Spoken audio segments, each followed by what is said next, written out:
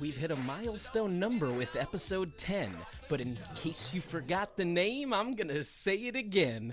I'm a cat's named Ryan, he's a Hall of Fame dog named Brian, and this is a very special, very sequential, monumental, sentimental, non-judgmental episode of the Oh You Didn't Know show. Dog, hello, welcome. Ryan Katz, you use your tongue prettier than a $20. Anyway, hey, I was trying to get like a Muppet Show feeling. What a great life. Incidents. This is Oh You Didn't Know. I took it in a completely different direction, and I apologize for that. Well, no, we can go. You went. Welcome, Ryan. Welcome you first. Yeah, we're back at it again. This is a huge show for me. Big. We've got a really big show for you, but it really is. It's very personable to me. For a lot of reasons. I've been kind of chomping at the bit to do this episode.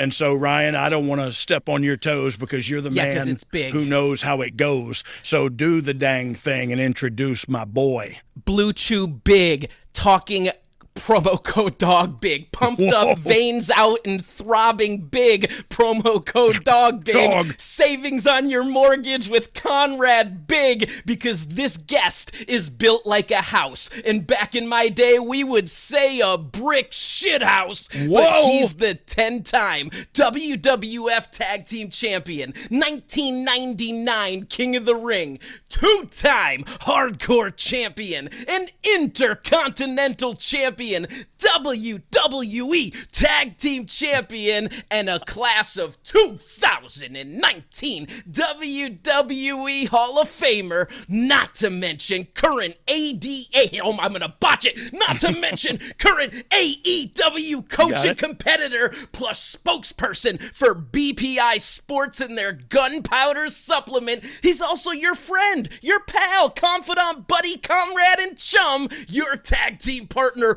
in the new Age Outlaws, the badass Billy Gunn. Wow. Jeez. Holy cow. I told you. I actually got blown up listening to you. Yeah. I mean, and I love the Muppet reference because I feel like me and Brian are like the two old dudes in the balcony that are absolutely going to rip each other apart. Total Statler of Slow down. Instead of making fun of the show, I'm going to make fun of him. These kids are going too fast. They don't sell nothing. Well, thanks for coming on the show. It's good to have you. I know you're busy. There's tons going on, so we appreciate you being a part of it. Hey, thanks for having me on here, being as your first 5 episodes were about me. You might as well have me on, right?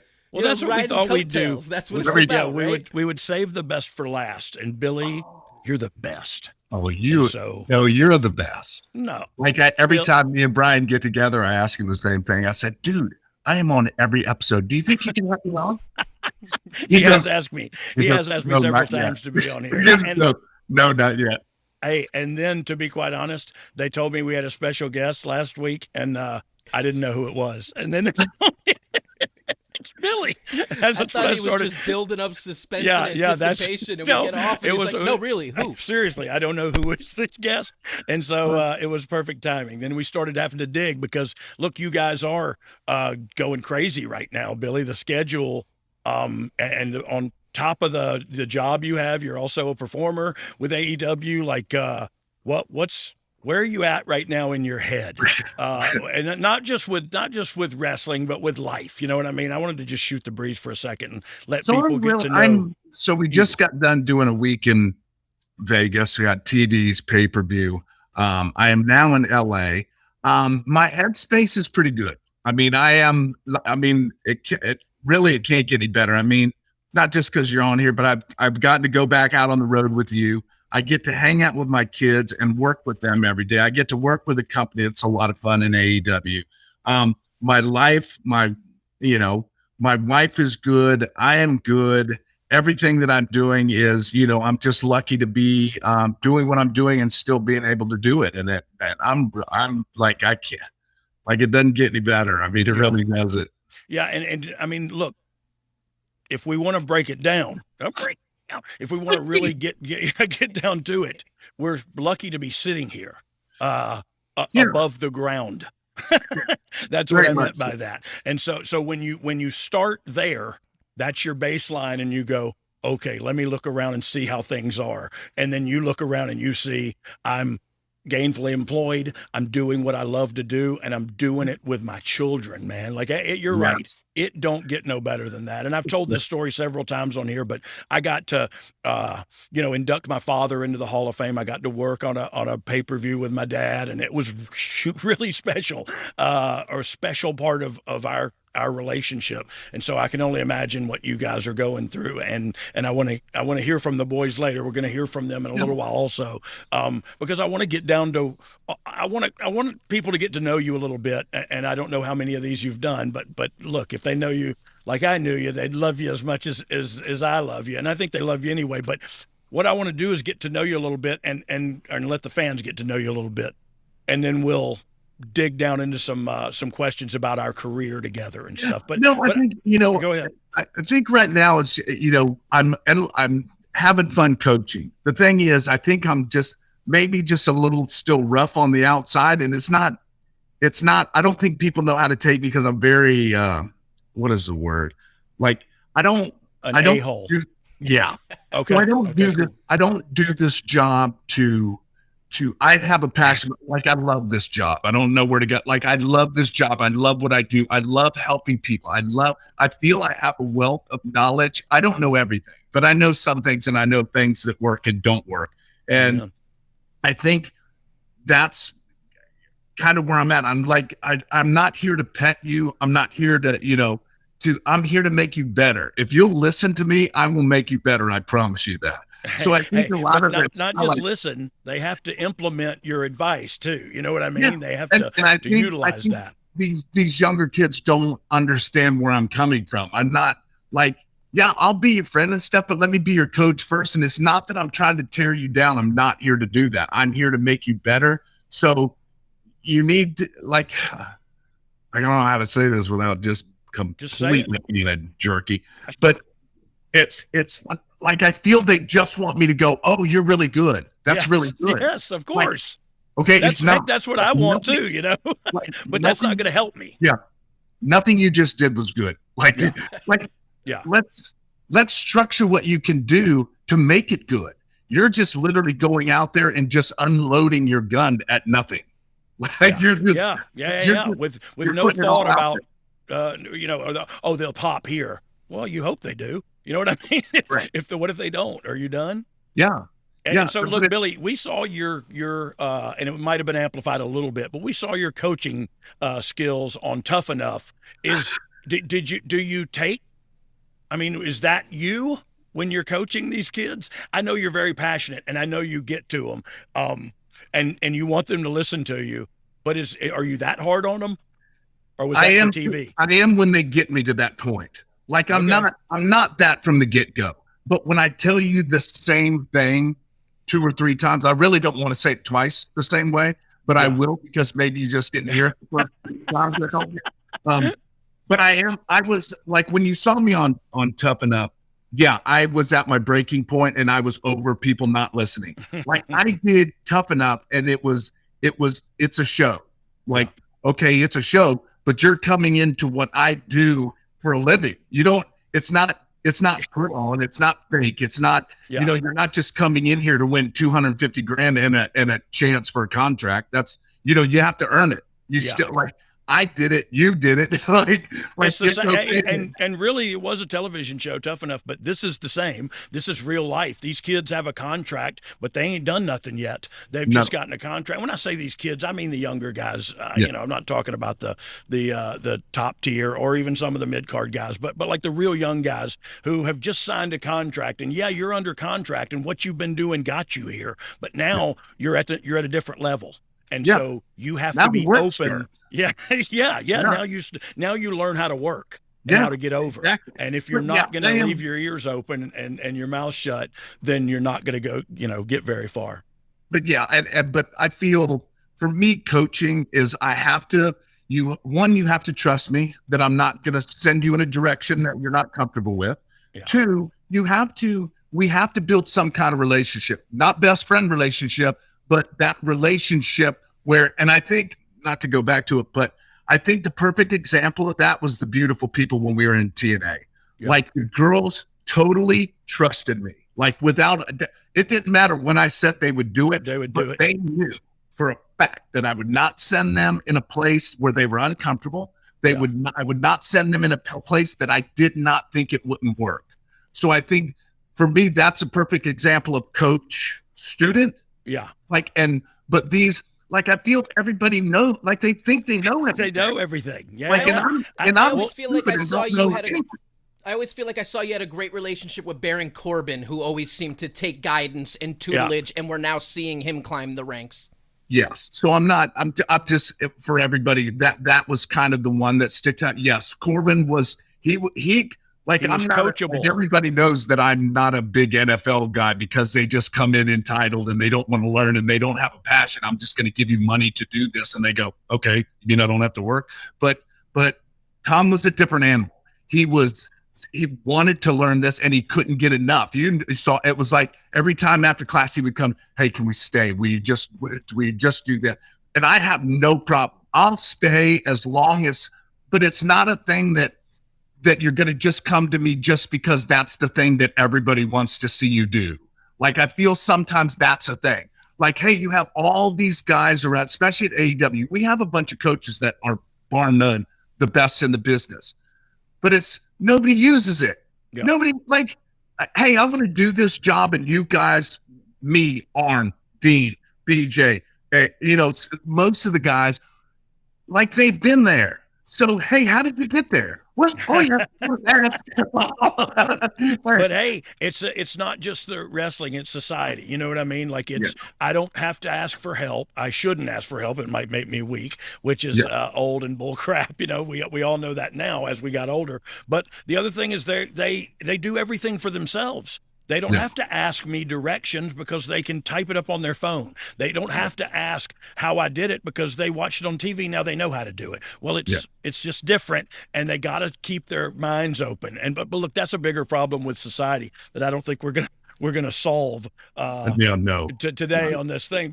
But I understand the frustration for sure. Is because you'll tell a guy, and look, sometimes in the WWE, when I was producing, before I started writing and everything, I would be working with a talent, and just like you said, you tell them something, and they go, oh yeah, that's cool, and they come back, and I go, yeah, you didn't do that. I'm like, forgot. You know what I mean? And if you're gonna do that every time, then I'm not gonna help you. I'm not helping you so that I can get famous, you know what I mean? Like I've been there, done that. I'm trying to help you get over, and if you get over, you make more money, and hence everybody makes more money because the houses start getting great. And like, I don't know, man. I don't know what they don't understand. Yeah, and that's the thing is that's it, dude. That's what I got hired for, is to help you. But if you don't, I can't force you. I'm not going to hunt you down to ask you if you need some help.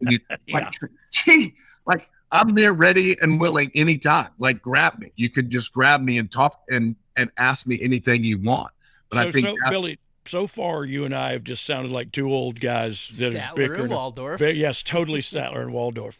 So it was a great topic up top. Like, I know you are. I'm just kidding. But it is kind of both of us going like, yeah, if they would just do this and listen, like, and so look, it is part of that. We know what works. Like, I know what's going to work. Like 95% of the time, I know exactly what's going to work, where they're going to go, especially if you have a story. If you have a good story and you're trying to insert stuff just to look cool, okay, let's just forget about the story that everybody's into to do cool stuff like that. And I promise you, the people will get out every single time, and now you're trying to run them back down. And trying to run down a crowd is the absolute worst thing ever. Why would you not? If I can keep them from the start, why not keep them to the end? Yeah, no. I agree with you. Drag them along. And so look, sometimes it feels like you're dragging them along, but sometimes you can orchestrate the match, or you can feel it out there. And I feel like that, that's something that's gone by the wayside too, but I feel like they should, I don't know. They gotta look. Their reps now. Their reps they're getting now are on Monday or Tuesday, whenever your show's on, Wednesday and Friday, on live television. You know what I mean? Like that's the rep they're getting. It's very hard, and it took me a look. I'm sitting here now, 53 years old, fat as a fish batter, and now I know a lot about wrestling. But when I was coming up, I didn't know crap either. Billy, we could do this all day long. I want to ask you, because I don't know. I don't know if I know the answer to this. I know partial of the answer, but I want to hear you tell. Who trained you, and how'd you get in the business? Like, where'd that all come from? So Ron and Don Harris introduced me to the business. I was working at a gym. They had asked if I wanted to go train with them one day, and I laughed at them and went, no, no, why would I want to do that? But I went one day, and those two beat the life out of me for about 2 hours, and I was hooked. Like, because I don't know why. No, like, I love it. I love it. Somebody asked me this the other day. They go, what's the difference between back then training and now? Well, anybody and their brother can get in it now, and they don't have any repercussions to what they do. Like back then, you got the life beat out of you. Like they didn't just go, okay, here's how you lock up. They kick the life. They stretch you and do all kinds of stuff and beat you up, and you're going, why is this building falling down about me? This isn't even close to what I've seen on TV. But I think that just, like, I was intrigued. Plus, they kind of told me, they said, hey, you're athletic, you have a good personality. This is kind of just built around you. If there's just some things you need to work on, like we all do. Yeah. And I loved it, and then couldn't get enough of it, and hooked up with Bart, and then just me and him just, well, he beat me up too. Hey, you said you had a good personality. You're definitely the one with the nice ass. You know what I mean? Yeah, like, so let's not say you're the one with the good personality. Well, that got me to where I am today. Hey, speaking of Bart, did he come into training with you, or were you guys friends, or where'd that come about? So me and him met each other at a school that nobody went to. Because Ron and Don were working the Memphis and Nashville and all that territory at the time. Yeah. So they were never, and I was still living in Florida, and they just happened to come home because their mom still lived there. Yep. So that's how we ran into each other. And I knew them from school and stuff, but I didn't have anywhere to go. And they said, hey, Eddie Mansfield has a school that nobody really goes to, but there's a ring that you can kind of mess around in, and he might show up once in a while. But just so happened, me and Bart happened to go there at the same time, and we introduced each other to each other, and then we looked around and went, who is here supposed to train us? like, is there somebody going to train us, or do we just do? So nobody would ever show up, but we had a little building, and we had a ring. So me and him set up a TV and started watching, and then would do it to each other. Yeah. Now, that is the biggest mistake of all time, because you have two guys that don't have a clue, and we're just trying to run a spot. Absolutely killing each other. Like, don't happen. And then we just happened to run into Blackjack Mulligan. He kind of took us under his wing, and then we started doing some stuff at Universal. We were just kind of a natural fit because we both didn't like learning at the same time. And I was already, when we did the cowboy thing, I was that my whole entire life. So it was easy character-wise because I didn't have to work on that, because I was that. It was the wrestling part and trying to mesh both of those together that was the hard part to kind of get together. Yeah, how's and Ryan, if I'm going off, how's Bart doing? He's good.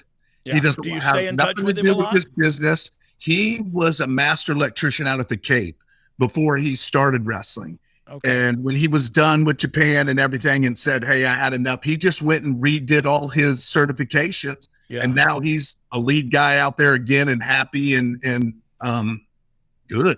Yeah, good for him, man. Good for him. Hey, look, Bart was always such a nice guy that I didn't know I was supposed to be scared of until I saw him in Toughen Up, or whatever that thing was about, Brawl for Balls or whatever it was. But then I learned, like, oh, okay, so be really nice to him.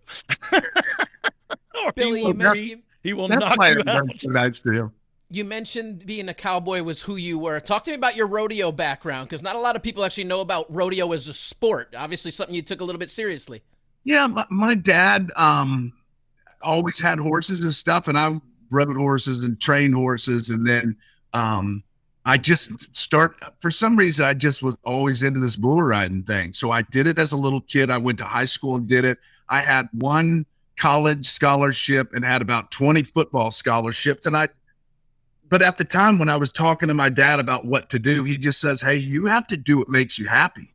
You don't go play football if it was just, not in your heart to do. I mean, that sounds very cliche, I guess, but he goes, you have to live with what you're doing. So I had one rodeo scholarship to Sam, and I went and did that, and then went out to California to turn pro for a little while. And then it got to be so I rode bulls the first half of my life and then wrestled the second half of my life. So how can your body possibly be still healthy? You literally rode bulls and then fought Bradshaw and Ron Simmons. Yeah. How are you still upright? I know how you're still erect. That's Blue Chew. Blue Chew. D-O-double-G. Promo code Dogg. Hey, so I remember when I first got there, you and Bart had been there a while, and so I was kind of intimidated by you guys just because your time in service, you know what I mean? Just because y'all had been there and been tag champs and stuff, and I was just the roadie. And y'all were ribbing people and gluing people's cowboy hats, or they did that to y'all. Gluing our hats. We were ribbing no one. We got blamed for all the ribbing. Okay. Why our hats got glued to our heads. Yeah, I remember all that, and I thought, I'm just going to stay back from all that going on. I don't rib, and I don't want to be ribbed. Of course, I ribbed and got ribbed a million times. But it was weird. So it wasn't weird. It was just like I was uncomfortable around you guys because you guys had been there for a while. Ryan, is there a question we can ask Billy, him? what were your memories the first time you met Dogg in that situation? So he was a scared little puppy dog looking up to you guys. What did you think looking at him? I mean, it was the same thing. We hadn't been, we were there, but we were still young. We didn't know anything. I mean, like I said, when they hired us at WWE, I have no idea why they did that. I honestly don't. Because we really hadn't done anything. We were still green as grass. We literally went to a show just to go to a show, and Dave, because Blackjack had hooked it up to meet with Dave Hebner. He said, just go, introduce yourself. They'll let you, give you tickets. Go sit in the stand and just enjoy and see what the upper echelon does. So we did that. And of course, we bought every new outfit. We were Garth Brooks from head to toe, new hats, new shirts, new boots, we went deck to the hilt. Yeah. And we went to the show, introduced ourselves. They said, hey, thanks for coming. You guys, here's some tickets. Go, enjoy yourself, watch. So we went and watched, and then they asked us to come to a tryout. And we did the tryout. I think the best thing for us is we followed direction. They said, we don't need to see it. We didn't do anything cool anyway because we didn't know anything. Yeah. We just did personality out the yin yang. We woohoo, ropes and all kinds of stuff. And I could do some rope tricks. So I did some rope tricks and we had to try out. And then we went home and got a letter that said, hey, thanks for coming, but right now we're not looking for any talent right now. And we went, oh, that's cool. We don't know anything. Yeah. So we just went, hey, thanks for the opportunity. We were in front of a crowd. Yeah, it was cool, right? It was a great opportunity. It was that was good for me. Yeah. So, and now, look, I feel like nowadays somebody would look at that as discouraging instead of oh man, what a great opportunity we just had. Our toes are still in the door. You know what I mean? I got to wrestle in front of a WWF crowd. Yeah. It was crazy. It was cool. And then they sent us the letter. I had called Dave Hebner just to thank him for doing everything that he did. And I thought he was mad at me, and he hung up the phone. And then about 15 minutes later, he calls me back and he goes, okay, you guys are coming to our next taping again. And I went, hold on a second. No. I was just I'm not complaining. I'm just saying. He goes, no. He goes, I heard of that. No, that was a mistake. So somehow the wires they wanted us to come back. So we came back. We had another trial. The funniest thing, we get done with our tryout, and I guess all the stars were aligned. Jupiter was in the right. Yeah, and Uranus. Yes. And Pluto was in sight. So that's kind of a good thing, I guess. I have no idea what you're from the ring talking into about. Benson's office, and Benson JJ Dillon were still there. And he looks at us and he goes, "Hey, nice to meet you. I'm Vince McMahon." And I went, "Cool. I don't have any idea who you are." JJ, and they go, "Hey, we'd like to offer you a contract. We'll send it to you. Have a lawyer look it over, get back to us, let us know what you think." And I looked at Vince and I said, "Well, I have a job. Like, do I do this on the weekend? Like, is this a weekend?" Did you really ask Vince that? I swear to God, I did. Like, this is yes, this is how, I don't know any of the because like I said, I wasn't a wrestling fan. I didn't watch it. I didn't do anything. That was my next question was going to be. I learned that the hard way, by the way. Yeah. And so I don't know how any of this goes. I just figured, hey, I've been doing it all the weekends. I guess they're going to hire me to do it on the weekends. And Vince laughed. He did the old Vince. He goes, "No, I think you'll be all right." Not knowing that, I'm going to have a 30-year career, but he thinks, obviously Vince knows talent. So they sent us a contract and it said, "Hey, we're going to work, 12 days a year. We're guaranteed. And we're going to, it's like $100,000 or something like that." And I went, like that all at once. Like, $100,000 a year. Yeah. And I'm like, oh my God, that's like, there must have like added a zero. This is 30 years ago too. Yes. And so they did it. We looked it over and I thought about it for about 3.2 seconds and sent it back. And little did I know, the first year I worked, it was 300 days. The next year I worked with 320 days. And I said, what happened to the 12 days? No. They just guaranteed you. They just guaranteed you the 12.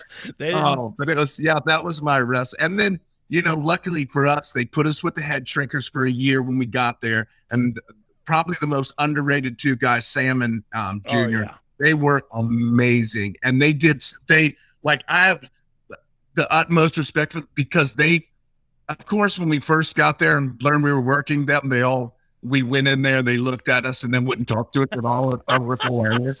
But that's how it is. That's how you do. And then they just came and luckily for us, they kind of let us lead the way, knowing that it was all wrong. So you could learn. That's it. It was a learning experience for 3 months. It was brutal. Like, because then I was young and I could go really fast and I wanted to show everybody how athletic I was and how high I could jump and all this stuff I could do. And they just let us go. And it was brutal. And then they went, "Okay, do you have that out of your system now?" And I went, "I guess. Am I doing something wrong?" By the way, no, he does not have. Now he's just 30 years older and still wants to show you how high he can jump and how. And but then pretty high and pretty fast. Yes, it is. Like it's learn on the go. They let us do that. Then they went, "Okay, we're going to do the same thing, but do it this way," and like that. And it was amazing. Yeah. The first time we did it, and I walked back, I said, well, that's the thing is what you pray that some younger guy you're either working with or coaching or whatever, you pray that they come back and that light bulb's on and they go, "Oh my God, that was perfect. We could have done this." And you go like, "Oh, thank you." They see the light. But sometimes you don't get that. You know what I mean? Yeah. And that's what I did. I literally went, "Well, could you not have told us this from the start?" And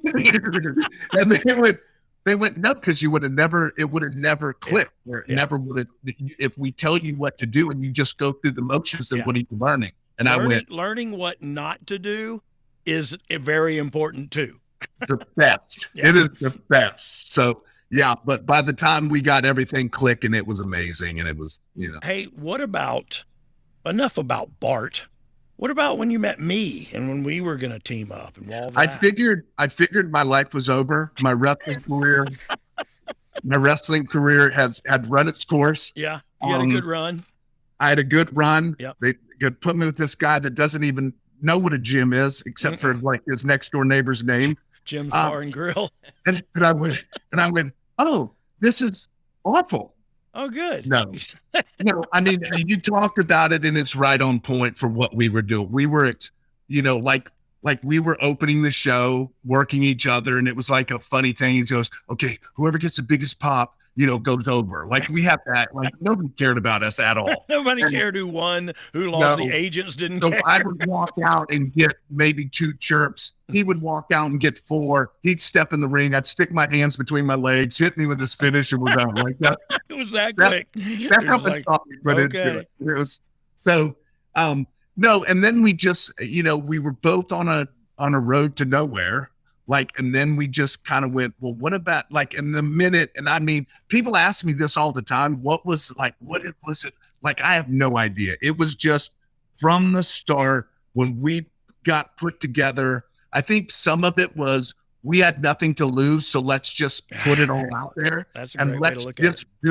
Let's do what we do, because now I get to play a personality that I've always wanted to be. Because I'm like, yes, I'm a cowboy and I'm very low keyed in that sense, but let me be somebody else. Let me be the one that everybody like hates or loves or women want to be, whatever. Yeah. And then him get to talk, and he's so good at it. So we put it together and we go, hey, I got an idea. Let's just entertain each other. Yeah. And that's kind of how it was. He would go to his little kiosk store in Jay and buy some shirts, and we'd wear them. And we were having so much fun together. And we just like, we didn't really even have to talk to each other. We were that in tune, and I have no idea why. Yeah, I can't articulate it either, because it is something that's it's paranormal. Whoa. No. Whoa, no. Let's not go there yet. Ryan, I just wanted to mention this. Just bring Here it up. It comes. I pitched this to the WWE too, on the WWE network, to have the Paranormal Outlaws and have me and Billy be ghost hunters, because we're both terrified of the paranormal. And I think it would be hilarious to see, is this Stranger Things or is this Dexter Loomis's music? It's the Paranormal Activity. Oh, okay. My Billy, bad. you don't like ghosts? He's not a fan. I will turn this computer off if you do that again. I am no way, shape, or form doing that. I literally almost just passed out because I laughed and I'm so fat. But just hearing him say that, that's the plug for the show. I just spit right in the camera too. I'm excited, guys. That's the plug for the whole show, is him saying, I will turn this camera off. And they might get on me. If they get on me, they'll get on you and go home with you. And we've got some friends, mutual friends, that agree with that. And then that didn't help him any with the doing the show. So let's get back to New Age Outlaws. I wanted to ask the question. Okay, go ahead, Ryan. I thought you were going to lose track. If you're on. Oh no, I'm on like neck bone. Let it go, Ryan. This will be a one in a lifetime. Yeah. This will be the one I don't forget anything on. Too late. Billy, we became the New Age Outlaws. I loved your analogy about nothing to lose, because I think that may be it in a nutshell. And this is me in a nutshell. Like, let me out of this huge nutshell. Sorry. So they put us together. Shame. Yes. Yeah. Billy hangs his head, but you know what? Me and you didn't, Ryan. I mean, I realize it's because you're high, but I'm here too. Hey, so Billy, they put us together. Did you realize, and I didn't realize this, because one, I don't go back and watch my stuff enough, because when I do, I mark out on myself. You two, you're pretty good too, Billy. But now I did forget about what I was talking about. I took, here we go. All right, get back on track. Yeah. New Age Outlaws. They put us together. Did you realize that we did all that in like 4 months? Like, no. we were the New Age Outlaws. We beat LOD. We were in a Mania story with Terry and Mick. We joined DX. We did all of this literally in like 3 months, and to me, it felt like it was like 4 years. You know what I mean? I don't know. But when we went back into it, it was like, holy mackerel, is that how it seemed to you also? Yeah, it just seemed like that didn't happen that fast, because like, it just seemed like we were just having fun, and it was good. and we finally we're getting TV time, and people were buying into what we were doing, and we had no idea why. Like, why is everybody jumping on board so fast? Yeah. And I think it's all because we were like, this is me and him are two different people. Like, I mean, we are two different people, but when we are together, it is insane how good we are. Like, we feed off of each other, and neither one of us has an ego of wanting to outdo the other. We were always very good at doing what each other did well. And when you take that and you put it together, and we're not trying to, because there was no part of this effort that I want to talk. So if he's so good at it, what do I need to do it for?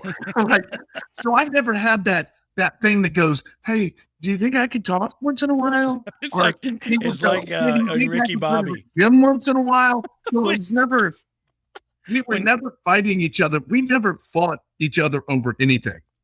We were just, the only thing we fought over is who could outdo each other, making each other laugh. And when people saw that, they just literally went, I'm in. Like, how do I join that group? Yeah. We talked about it, and I don't know, it was a week back or a few weeks back about tag teams. We talked about Mount Rushmore of tag teams, and when we talked about the tag teams, we talked about the dynamic that kind of needs to be there. And look, they say opposites attract. I believe Paula Abdul actually wrote a very catchy song about it. But me and Billy are two opposite dudes, and we. I'm gonna say attracted. I'm gonna say we were attracted to one another, and I don't mean it in any weird way, and I don't want you to take it in any weird way. But if I were to swing for the other team, it would be with Billy. Just know that. Now that I've said all that, just once in college, I tried it. I needed the money. No, but so we hit that all. We gelled beautifully together. It happened all so fast. Like, even when we went back through it, like I said, and Billy, you said the same thing, man, it doesn't seem like it. Dude, 3 months. 3 months. We were the tag champs. We were in DX. It was just like, yeah, I have people what like in the world is going on? Buzz me on social media all the time and ask me about things, and I have to go back and watch them, and I go, yeah. When did I do that? When did we do that? Okay, good. When was that? It's not just me. Because a lot of people would ask about the 8-man that we had in one of those pay-per-views where Austin chucks that trash can. Oh, yeah. Ring, and they go, hey, how did you guys call that spot? Did you call it in the back? I went, no, we're good. You can't call a spot like that. No. They might today, but they'll end up throwing it over their head or something. I went back and I looked at it and I went, wow, that was pretty good. It was perfect. We did so much stuff. Just on the fly. You know what I mean? Like, you're just paying attention to everybody, and you got to know everybody's job and where that's knowing how to work. When you look around, and it's being in tune with the people. So the people, I feel, were kind of dropping just a little bit, and none of us ever wanted that. Yeah. So like, we looked at each other. You just came in for like a breakup. Going.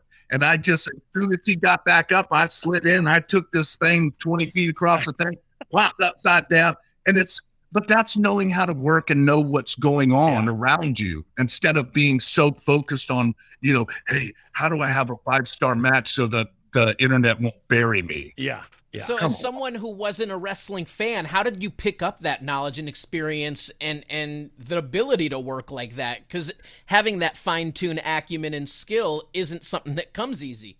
No, because I was around a lot of people that were really good, that were way better than I was. And I listened. I'm a big listener and taking in as much knowledge as possible. Yes, it all doesn't work. It doesn't, like, if it's not going to work for me, it's not that I just tune it out. I take it all in and then start just kind of letting things go that I know won't work for me, but I'm willing to try anything. I'll be the first to fall on my face and go, well, that didn't work. Yeah. And then you just don't do that again. You know what I mean? But that's today. It's like, oh, botchamania. Yeah, really? Are you a wrestler? You're going to frig up some spots. It's all trial and error, and it's being willing to take those chances and go, hey, I didn't hit it out of the park. I didn't even hit it, actually. But it's okay, because that's how you learn. especially in wrestling, if you're not willing to put it out there, then you'll never get anywhere, in my opinion, because everything we do is just what sticks to the wall. Yeah. Like, Look, everybody can do the things everybody else does. What am I going to do that's gonna make you remember me? What am I going to do to stand out? And I'm not the cookie cutter like everybody else is. I'm going to put braids in my hair. For you, I'm going to tie my shirt up in the front, you know what I mean, and have my little tighties on. And that's it's standing out, right? And look, as far as information goes, like, knowledge is king. So if I have knowledge to give you, you take it all and you keep what you need and leave the rest. You know what I mean? Yes. That's the key. And look, I think that does come with in everybody's defense, Waldorf. It comes. Which one am I? I'm Statler. So in their defense, crap. What were we talking about? Oh, Get it, Ryan. I mean, you got it. Got it. It was a good one too. Take what you need and you leave the rest. Yes. Let's just leave it there, I guess. All right, I'm going to cut you off and take a good time. Okay. We talked about knowledge being power, so let's take some time to let our audience get some knowledge about saving money on their monthly mortgage payments. Listen how they could save with Conrad, and we'll come back and continue this chat between Billy and Brian. I got 3 words for you. Save with Conrad. If you could change one thing about your home, what would it be? A new kitchen, a new master bath, maybe put in a pool? What if you could do it with no money out of pocket and cheaper monthly payments?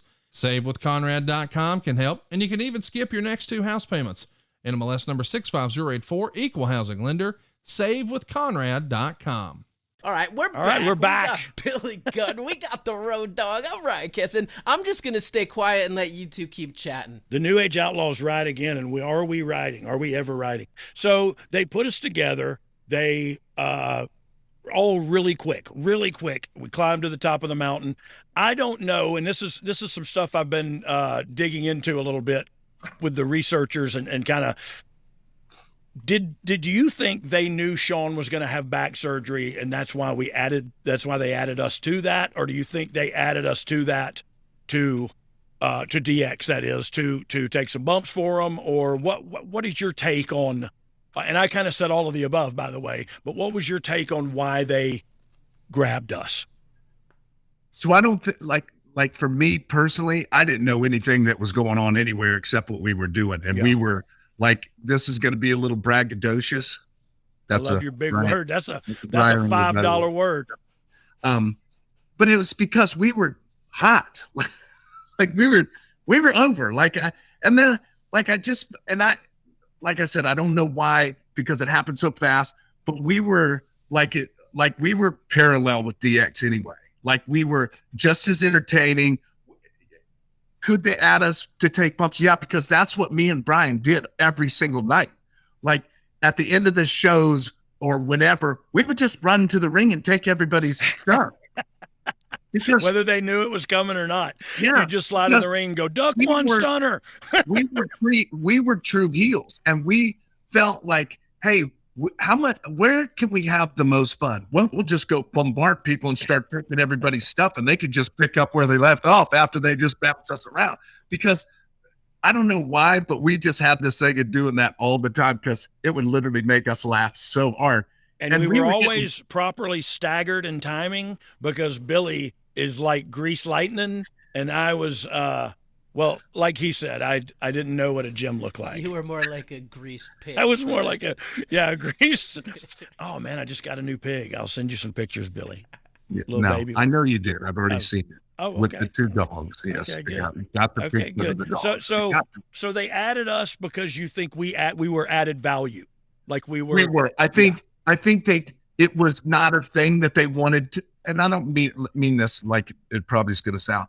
But they didn't want to compete with us because, like, it just, to me, it was a no-brainer. It really was. It was just, hey, and just not that it's a good thing, but if Sean has to go, then how do you keep this alive? Yeah. Well, you put the guys that are just as over as we are and just as entertaining, and we can still be even more entertaining and better all together. Yeah. I think better as a unit, that's for sure. And speaking of units and packages, Blue No, Chew? sorry. We're not doing Promo code we're not doing a Dogg. Blue Chew commercial there. Okay, No, not sorry. yet. I just wanted to talk about your package, Billy. Yeah. Oh, Look, I don't disagree with any of that. I think it's, and the way to find out is just say, hey, Sean. And I haven't never done that. So I could probably do that. Look, yeah, that's probably the easiest way to stop all the speculation. yeah, but the speculation is more fun, I think, Yeah. than knowing. It's my Yeah, story. because we get to put ourselves over more. Yeah, I'm gonna tell this damn story how I want to. But so we look, I agree, we added value. But I wouldn't have wanted to compete against them either, because they were kind of doing the same. I mean, they were getting a little nastier than we were allowed to, that was for sure. And I thought that was cool at the time, because I was a friggin' raving lunatic and alcoholic and drug addict. But I thought that was cool and attractive, so I didn't want to compete with them either, to Billy's point about the no compete clause. But I'm glad they joined us together. The rest is history. We're stinking Hall of Famers now. But Billy, what do you remember about, like, the first time we ever stayed in a hotel room together? Well, we decided that, hey, let's travel this one time, see how we are out, because we know how we are in the ring. In the ring. And we know what we're doing. So let's take it outside. Let's see where this relationship can really go. Yeah. And that means we're going to stay in the same hotel room. We're going to save a little money. We'll get up. I'll go to the gym and you'll do whatever it is that you do. And we'll see how this works. No, usually I would just walk around the parking lot and smoke a joint. Yeah. So no. I'm going to stay out here. You go in there. I'll be out here. Yeah, I would drop you off at the gym sometimes. So we go in this hotel. We check in. We all go to sleep. Well, one of us goes to sleep. And then the other one, which is me, wakes up in the middle of the night to see his partner being in the air conditioner. The toilet was so far away. It was like, this room was like, it was if like you had to roll on the other side was the bathroom, roll on the other side is the air conditioner. It was, look, if I rolled the one way to pee, I would have peed on you. So They what I didn't was send trying, a humidifier up at the front desk. He was trying to So that keep was his our nose first from getting and- dry. Our first and only rooming together. I went, this might not be a thing. Let's just let's keep it all in the ring. hey, and truth be told, and look, I can't tell you how much I love you enough. And that's just a true story. That's just how I feel in my heart. Look, the other day we did a panel, and we played the dating game. And thank God they never got to mine, because I couldn't have followed Billy. They asked Billy all these personal questions about me, for real. And he literally nailed them all. And I thought, like, I don't know if he was guessing. I don't know if he remembers stuff, but he nailed it all. And I was just like, man, he really does care about me. But I didn't realize that until I was like 10 years sober, and we've had some conversations. And I say this often, Billy, me and you grew up together. And I know you and Bart did too, in a way, and you and me did. But Wyatt Earp's my friend. Hell, I got lots of friends, Doc. I don't. You know what I mean? That's where I'm at. I got few friends, and you're one of them. We went through something, and I tell people this all the time. Like, I'm the same. I'm recovering addict, alcoholic, everything you can imagine. But they ask me, do I have regrets about that? In a sense, no, because what I did then has gotten me to the place that I am today. Amen. And I am amazing. Yeah. Like, I feel if I don't go through that really hard, crappy, ruining everything in my life that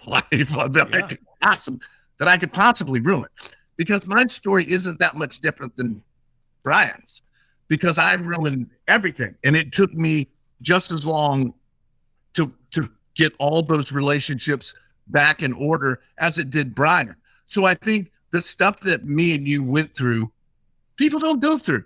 Yeah. But we, like, even through those times, and then when you got sober and I decided to wait a little longer before to do what you did. You didn't wait too much longer, though. No, but it was never judgment. It was just, hey, if you need me, I'm here. Yeah. I'm not like, he's clean. I'm not gonna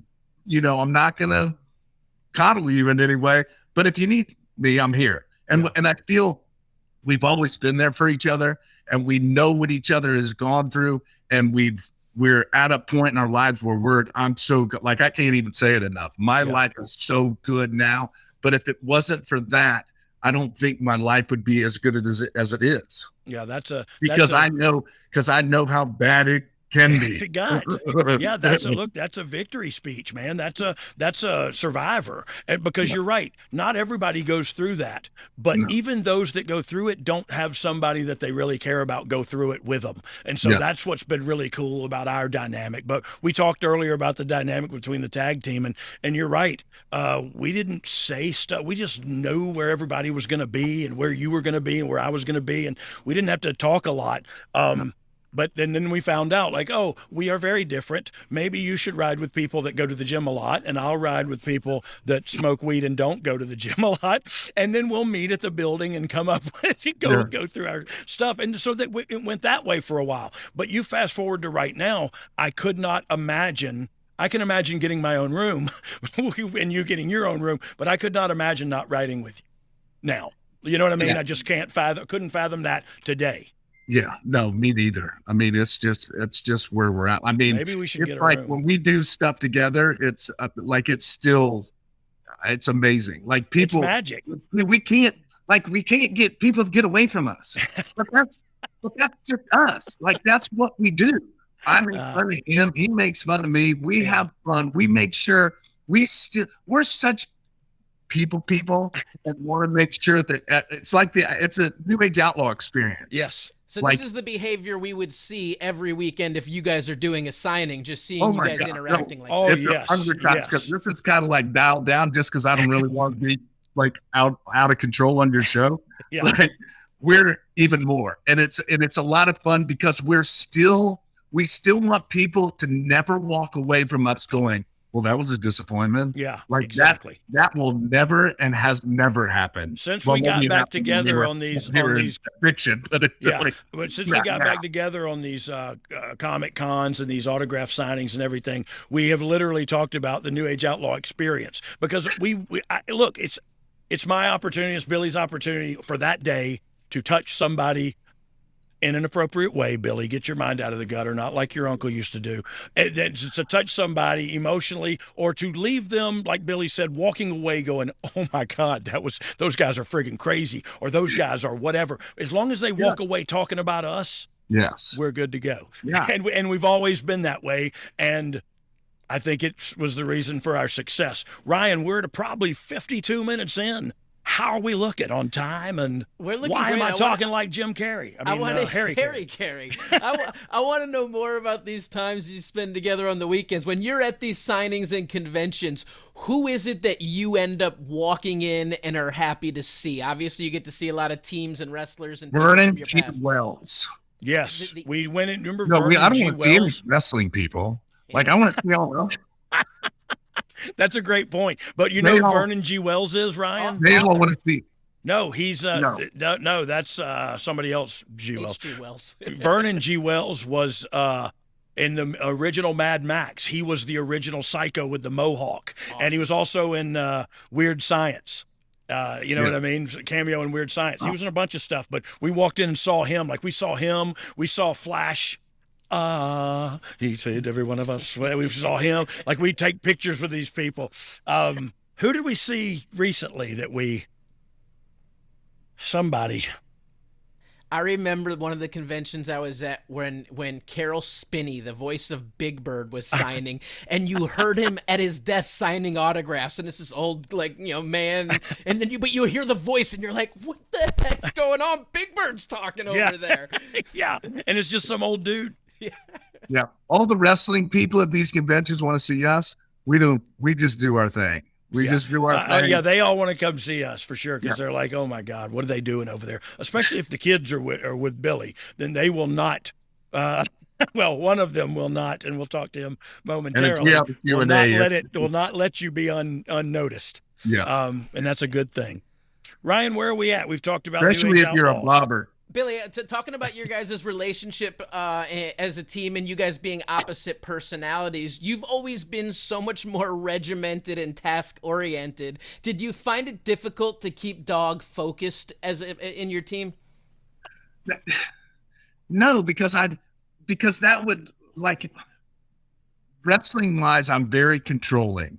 And Really? controlling is what I mean is like I have to know what everybody's doing. It's just a thing with me. I have to know where everybody's at. It's not, hey, I'm going to run a spot with this guy. I'll be over here talking, and you guys figure out what you want to do. It's a good problem to have, by the way. And then we'll all just meet out there and do. No, I'm very I have to know everything that's going on, and hence to this day it drives my kids nuts. But it just lets me, because we've all been out there and things go awry, but I never panic because I know what's happening. Like I never panic. And then you have to have somebody that can get us back on track. And yes, we're all good enough to get back on track, but sometimes it's good to have somebody that gets right here, right now, and gets us back on track. Yeah. And look, a lot of people use the word ring general today. They throw that around because there's not very many these days, but for Billy, he's right. He was the loudest, and he would, and sometimes when there's more than one of you, and there always was in our tag match, we always had people on the other side and a referee, you need one voice. You know what I mean? Is that your dog, Ryan? Yep. Right. Billy, his dog does agility training, and he like runs him through those tubes and jumps over stuff. It's crazy. His dog is like K9 Billy Gunn. 6 of them, and none of them do that. Yeah, mine just lay on my pillow at night, so I got hair in my eyeball. That was weird and too much information. But no, I'm never told. I know he knows what he's doing. Even if he doesn't know what he's doing, it'll happen anyway. There was never like I need to keep him on track, or I need to go to him and make sure he's got his stuff. Like, no, that's not what we do. That is and no way. You would only holler if you hollered a lot, but you're a hollerer, and I didn't know that at first. So there came a time, and I've told this story on here too, where I said, it would hurt his feelings. Hey man, quit talking to me that way, bro. It did hurt my feelings. And you were like, I don't even know what you're talking about. It made me think like, oh, he doesn't mean it that way. I'm taking it that way, and that's wrong for me. You know what I mean? So it made me go like, okay. And so, yeah, look, you need that one clear voice if things get off track.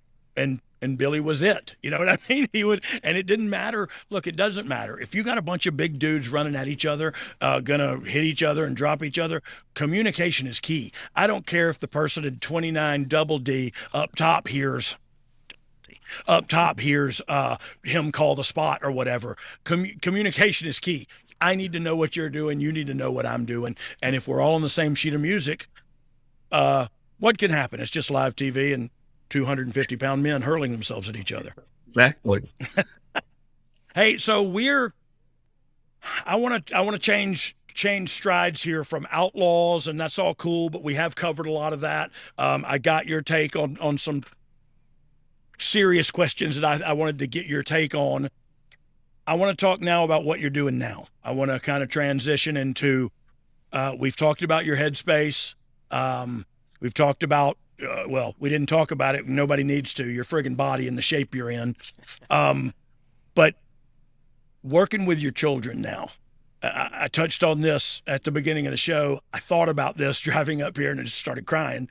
But what you're doing now, man, is more than the work. You know what I mean? Now it's real life experiences with your children, and very few people get to do that. You know what I mean? So it's so cool for you get to do that with your children, and I just kind of want to hear your take on it. You know what I mean? So, the thing with the boys was our deal was always, hey, you have to graduate college, then you can do whatever you want. I'll help you do whatever you want. You don't graduate college, because yes, that's very contradictive of me because I didn't finish college, but times are different. I need them to be able, if they do this job, to have something to fall back on and not rely on it, and have to, because nowadays I just don't feel people are going to have 30-year careers. They're just doing too much crazy stuff. Yeah. But Austin was the first one. I mean, he literally went from like the head dean handed him his diploma, from there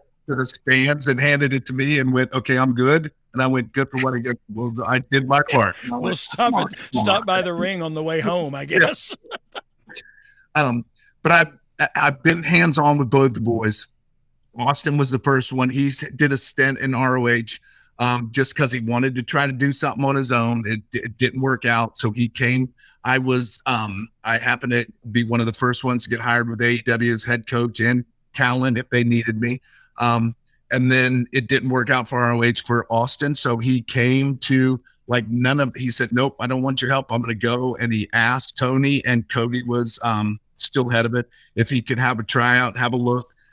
So he came in, did a tryout. We did the thing, and they hired him. They liked him. If you could build a wrestling person like on your computer, you would build Austin, because he is athletic, personality, charisma, energy. Holy cow. Yeah. He's everything. Then and then Colton, my smart one. No, he was living out in California, out where I'm at. He went to Rikishi's school because he went, you know what? And I don't think it was just because me and Austin were doing this, but he didn't want to look back and go, gosh, I wish I would have tried this. I mean, I don't want to have that kind of regret hanging over my life, because Colton had his life figured out until he was about 70. It was all, he's that one. Austin is exactly like me, plans for nothing and hopes that it all works out. And Colton plans everything. So this threw a little bit of wrench in his plans, because he went to Rikishi school without asking or anything. He just wanted to make sure. He went in there. Rikishi, of course, was open arm.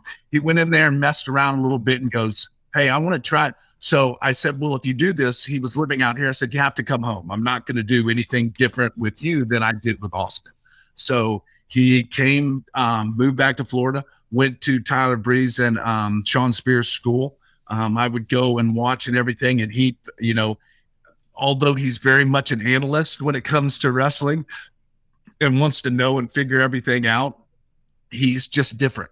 But that's what makes him so good. And today I feel like that it irritates them sometimes, but they know why I'm doing it is when I work with them out there, I get to get them moment by moment and time in real space of what's happening and what to listen for, because they go, Dad, please be quiet. Stop talking. But they get it. They go, oh, okay. Because normally when we're learning, like I said, me and Brian were such people person. It really never was about wrestling. We're not very good wrestlers. We're just not. In my opinion, he's good. I'm okay. And it gets us by, but we're very much people person. I'm here to entertain the 20,000 here. I don't care if I can wrestle better than you or you wrestle better than me. It doesn't matter to me, because I'm going to make sure that 20,000 people remember me because I entertained them and let them have the time of their life, not because they saw me do it. So you have your 5-star match. I'm going to go out here and get over. Yeah. I just love that Billy said he's good and I'm okay, when Dogg would normally be like, he's really good. That's what both of us trying to but I think tiptoe on each other's feelings. A lot of the times that's why people really don't think we're that good of attack, not that good of attack, but in that effort, because when you look at us, it was more about the entertainment, and we were always, hey, it's about the people, for God's sakes. It ain't about me. And we throw wrestling in because that's what it says on the moniker. But we're there's not a person that does, when you see us, everybody loses their mind because they know they're about to get to interact. Yeah. They're about to be a part of the show. And that's priceless. You can watch wrestling all day and never be a part of it. But when you see us, you're going to be a part of it. It's the same with the boys. When they're so entertaining, and they don't have to do a bunch of crazy stuff, nor do they need to, because it's not WrestleMania every time I step in a ring. Right. And they don't ever have to. You can have a good career and never have to do any of that crazy stuff. I could just catch you, or I can step aside and not catch you. Hint, hint. Yeah, but working with them and being able to be out there and talk to them while they're doing, especially when this Ass Boys thing started kicking in. Yeah. When that started happening, they're so good at that to letting people marinate. It's sometimes they would work through it. They would not, they know they're doing it, but when they start wrestling, they stop doing it when you can get so much more out of it. And I would literally just be there going, hey, stop doing what you're doing. Yeah. Stop for a second. Let them go. Let them go. Yeah. Elicit a reaction. Because when you stop, they're going to do something. Yeah. Yeah. You can only do so much while you're running. If you've already got heat like that, why do you need to do a bunch of stuff that doesn't mean anything? They're not going to get louder than they are right now. So it's just letting them kind of be in touch with what's happening around them instead of what's going on in front of them right now. Is we all, and it's no fault to anybody's. We all do that. I just want to wrestle. That's what I learned. So I just want to do it really fast and really good. Yeah. I don't want to take time to let the people get into it. Well, no, yeah, you do.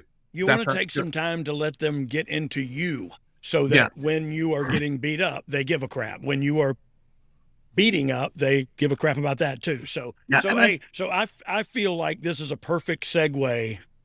We were talking about the young gentlemen like they're not here. And Ryan, do you have any? But it's like an infomercial. But wait, there's more, because we're gonna bring on and have join us some of the rising stars. That's right, second generation superstars that we're talking about. AEW superstars, members of the Gunn Club. They are the Ass Boys, Austin and Colton Gunn. Oh yes. Gentlemen. Hey, you can come there, get dressed. A protective helmet. I like it. Just which one is dangerous. I should put my glasses on so I can tell who's who. Austin coming in. I'm pulling the chair out. Look at, I like it. Respect for his elder father.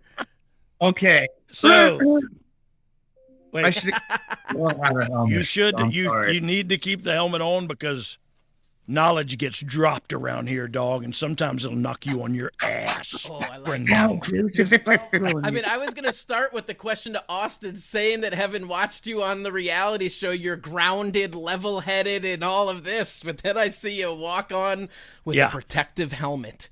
Most humble guy in the biz. Most humble guy in the biz, but I'm wearing this strictly because Dad and Colton have now made it a priority to protect me at all costs because we were just in Vegas for a week. Yeah. And it chewed me up and spit me out. So this is for protection. Well, what do you want to go into detail about that? I don't think we should because the famous thing, I don't know if you've ever been to Vegas, but what happens in Vegas I haven't. Ends up on the internet for all of us to ends see. up being aired for all to see. I have seen several pictures of you naked already online. But those were the ones we're taking in confidentiality. Yeah, those were. I sent you those. Bro. Hey, so yeah, Billy, get out of there. No, so look, I do want to talk to you guys because I do know your perspective here, getting to work with your old man, but I would love to hear. He briefly touched on what each of your training and kind of how you got into it. But now you're there. Now you're signed to a contract and you're busting your hump and you're getting to do it right beside your dad and beside your brother. How, believe you me, I know how that feels, but I want to hear you guys tell me how does that feel? You go for it. Oh, okay. I'll start. Humble. Yeah. For me, it's been a crazy whirlwind. Like I've only been doing this a little over a year and a half, and it's very on the job training in front of a million people.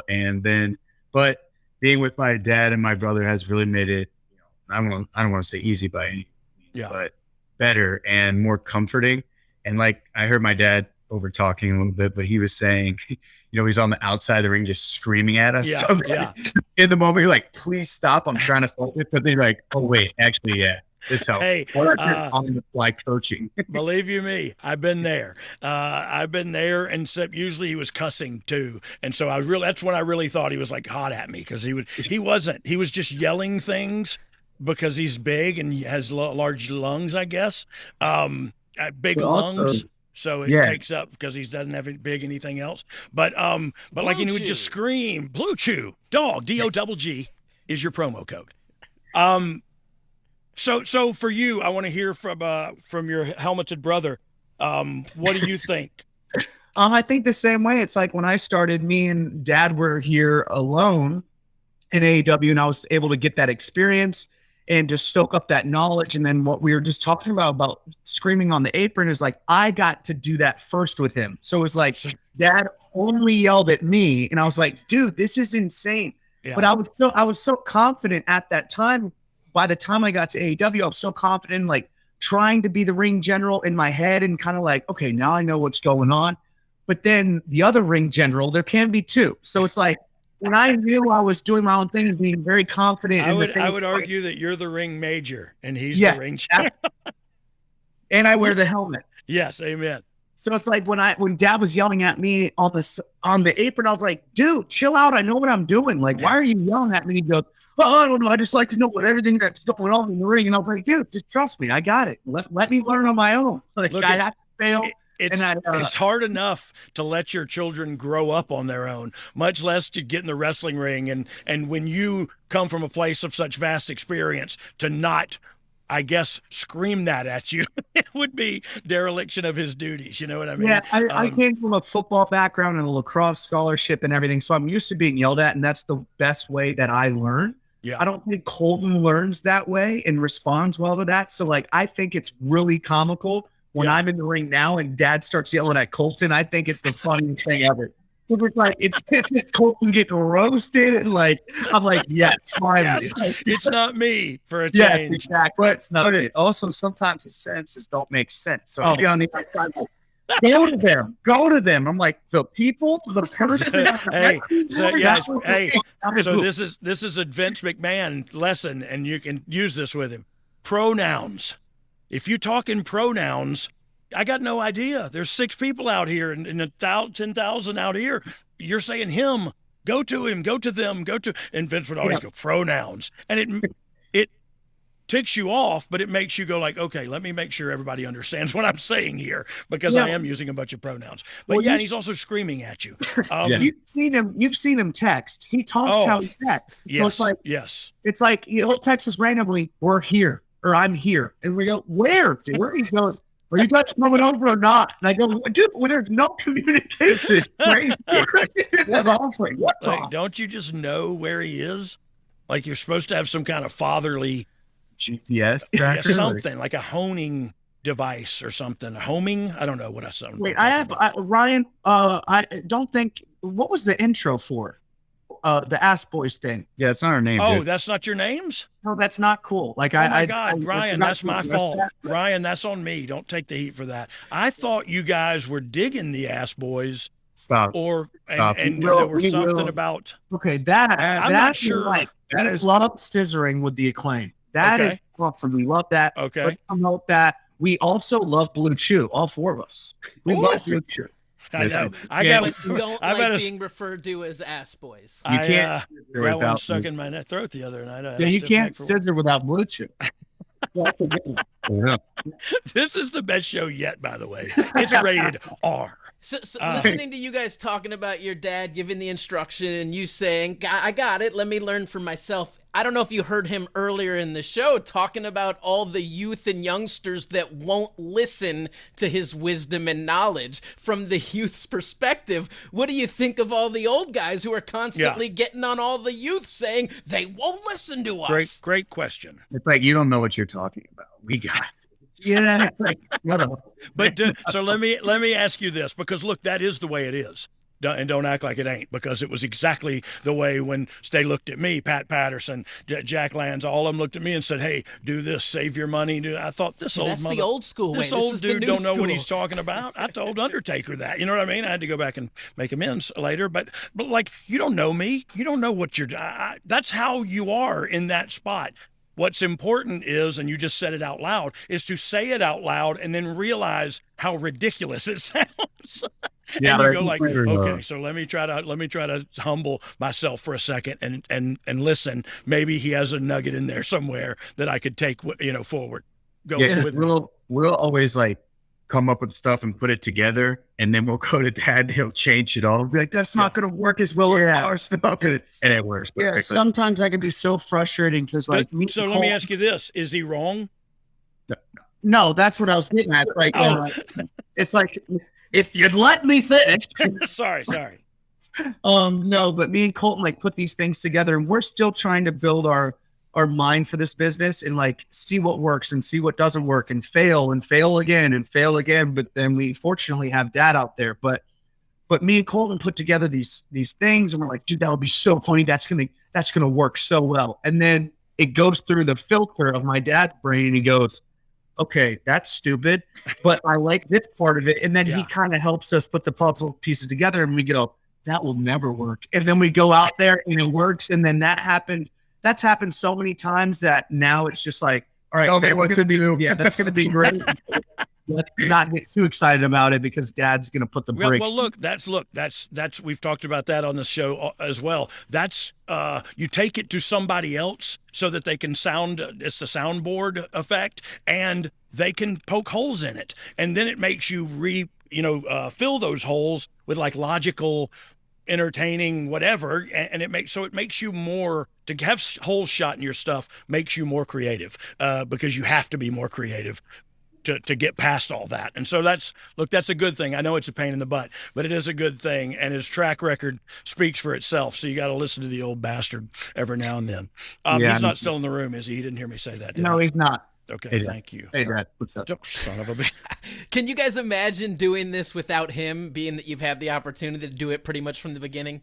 Ooh, I would be lost. Yeah, we'd have to. It's just, I think we are so fortunate to have such a good coach, and like it's our dad. So like we're so fortunate to have one of the best in the business to ever do it. Like just kind of just helping us and guiding us down this road. I think, but I mean, you just have to be coachable and listen. And I think I overheard you guys talking about that. It's like, it's amazing how many people don't want to improve or like hear another idea, or they get upset because people are yelling at them or poking holes in their stuff. They always want to be right. And like this business, it's just, if you don't listen and aren't coachable, I've found that you tank really quickly and people don't want to help you. Yeah, so because look, we talked about that. And you go up to somebody, you talk to them, you give them some information, you see them the next time they go out, they don't implement any of that information, and you go, sometimes I wouldn't even go back to them. I'd just go like, okay, well, I'm not gonna go to you anymore. and sometimes they'll come back, and I would go to them if I knew them personally and go, hey man, I just suggested that.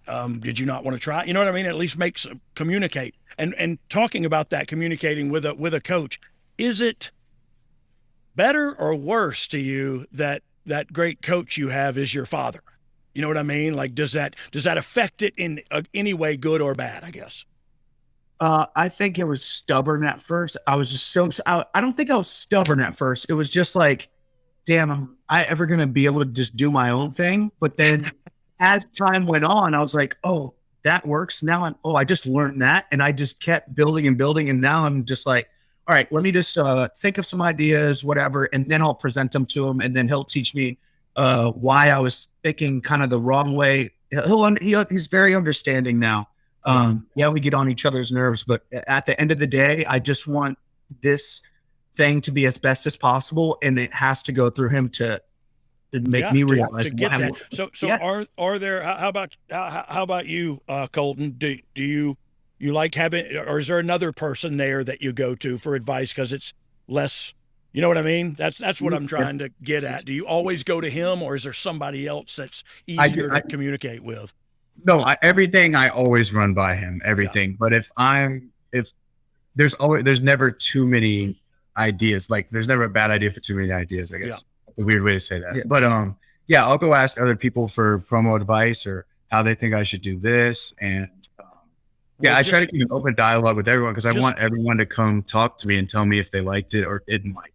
And if you don't open those relationships, no one's going to come talk to you. Amen. And don't ever let your father give you any advice when it comes to promos. So like you said, he wasn't the talker of your group. So Spears helped with so much with promos and what feeling to kind of grasp at during this time in the promo, or how to gauge your audience and capture them. So he's our go-to guy for promos. I think he's brilliant at it, and he helps me with verbiage and wording when it comes to how to get the point. Yeah, he's a smart dude, and he's a smart dude, and he's been doing this for a while. You know what I mean? So it's good to go to people like that. I don't know. Yeah, I don't know. Just scares stop talking. We talk Arn, Anderson, and just Oh, yeah. we try to take we don't want to get funneled into thinking like Dad's way is the only way. It's just we Correct. want to branch out to. We have so many coaches that have been through so much, and it's just the avails so tight. But you don't feel like that is the thing, though. They don't want to step on Dad's toes. People come and they go, "Don't tell Dad this," but I think the trainer. We want all the information. Yes. We want a different perspective. I think that's the only way to grow. Sometimes. I agree. I agree. You get as much, like I said earlier, man. You get what you need and you leave the rest. And what works for look, that's the thing with being an individual talent. I know what my way is going to work. Now you can tell me, say I'm writing the show and I want it executed this way. I know that's going to work because that's why I did it that way. You may want to change it, and I don't know then that your way is going to work. So you do have to take stuff from everybody and then go, okay, what's going to work for me? Because I don't want to be another Billy Gunn. I don't want to be another Arn Anderson. I don't want to be another Road Dogg. I want to be me. You know what I mean? I want to be Austin Gunn. I want to be Colton Gunn. And so, look, you guys are doing stinking great. Like I put you over every time, and it's totally because I'm biased, and you're Billy's kids, and I love y'all, and I've seen you from when you're knee-high to a grasshopper to now you're on TV every week, and I'm watching you, and you guys are so entertaining. It's time for you to get to sink your teeth into something, and I think if he's smart, he'll let you guys take a run after those tag titles for sure. Give you more promo time. Man, the show needs more entertainment. It's got a ton of great wrestling on it, no doubt about it. But what I want to be is entertained when I tune in, and that's what you guys bring to the table that a lot of other people don't. So how do y'all feel about that? Is that y'all's strong suit, do you believe? The entertainment aspect? Look, I'm not taking anything away from your athleticism. Don't get me wrong. We know. We know. Trust me. We know we have the whole package. Yeah, I know. And confidence isn't an issue with you either, Austin. But what I'm saying is, I told you I'm the humble one. Yeah, you've been lying since you got on here. Yeah, but I don't want people, like you just said, to get it confused that just because we're super entertaining and we can make you laugh, that when we get in the ring, we're not going to.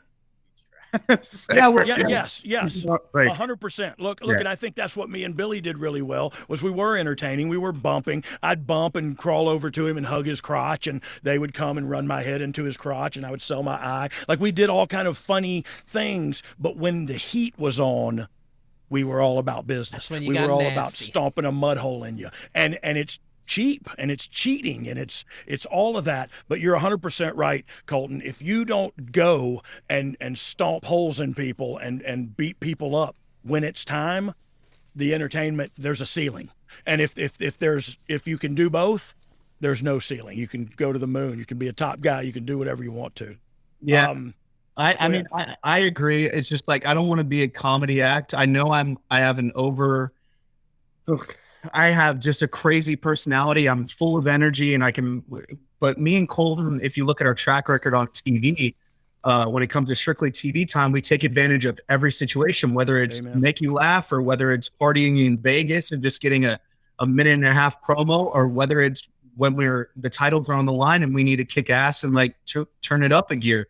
Like, it's just like, I think we're checking all the boxes, and now we're in tune with ourselves, and now we're getting into our characters, which is just ourselves in like real life. So we don't have to change anything. It's just amped up to 215%. But I mean, people are like, yeah, they're entertaining, but they're not ready for it. But our track record shows that we can hang with the best of them. We just fought FTR and went toe to toe with them. And it's just like, we almost tell them to hey, please remember that those people that are saying, oh, they're entertaining but they're not ready, has never laced up a boot, never took a bump. Oh, exactly. They watch on TV and think they know the deal. So let me tell you something, and this is just from me to you. You guys are hitting your stride. You guys are coming into your own.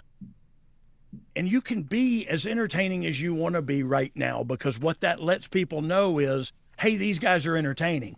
Then when you sink your teeth into something, if you get into a storyline with somebody where you're getting heat, and like you have in the past with Christian's guys, but like, that's when it's time to get serious, and that's when it's time to stop the ha-ha. And I can still be a jackass. I can still be loud and obnoxious, but now the entertainment is toned down and the seriousness. Absolutely. So look, that's how I feel about promos too, is I can't tell you how to cut a good promo. What you have to do is find the reality of your situation in your storyline and live in that moment when you cut it. Where am I? Did they get heat on us? Did we get heat on them? Are we on top? Are they on top? Where are we in this storyline and in this matchup that's about to happen?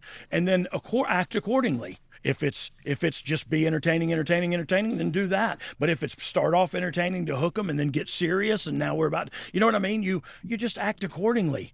What is my character doing right now? And that's what my character wouldn't do that. Well, your character shouldn't have a job here, but give me somebody that knows what the flip they're doing. You know what I mean? Yeah, I Give me think somebody in here that just gets it.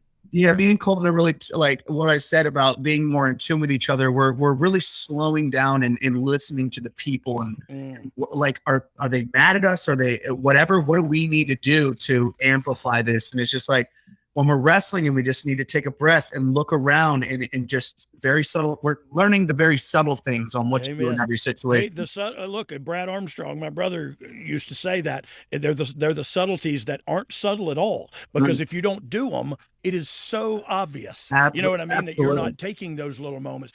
It's just like life. A tag match is just like life. Every now and then you got to stop and go, what's going on around me? You know what I mean? Where am I at? What am I doing? Because we get, all of us get so tunnel visioned and getting through the match, getting through life, whatever. And we don't stop to smell the roses. It's so important in a match to stop and take the temperature of the building. You know what I mean? Read the room. The first line of communication, any kind of communication, is knowing your audience. And so there's only one way to get to know them, and that's to go out there and do a spot and then introduce yourself. Here I am. Take their temperature, and we go from there. You know what I mean? Yeah. You guys are so good looking. You look just like Billy. So I would probably, I don't know, how old are y'all? Oh no, we're not talking about this now? Okay, cool. What'd you say? Well, I didn't hear you. I was literally just looking at myself in the webcam. And How did you look? I don't have a tan right now, and I don't have a haircut, or my beard's not trimmed. But dude, yeah. Other than that, though, it's crazy. Other than that, just close to perfect. Look, I may not be perfect, but I got to be close, right? Yeah. We're talking life knowledge and AEW with Austin and Colton Gunn of the Gunn Club. The ass There boys. you go. No, not the ass boys. No. I'm sorry. Talking about being mentored and led by their father. And speaking of families, let's take one moment to hear from Goliath Life and how Goliath can help protect and cover you, your family, and your loved ones. And then we'll come back with the Gunn Club and Billy, and we'll chat some more. Your dad's not getting any younger, guys. Goliath. Psst. Who's going to take care of your family if something happens to you? What would they do without your income? If you don't have a plan, you need to go to GoliathLife.com. Get a quick quote for more than 20 carriers.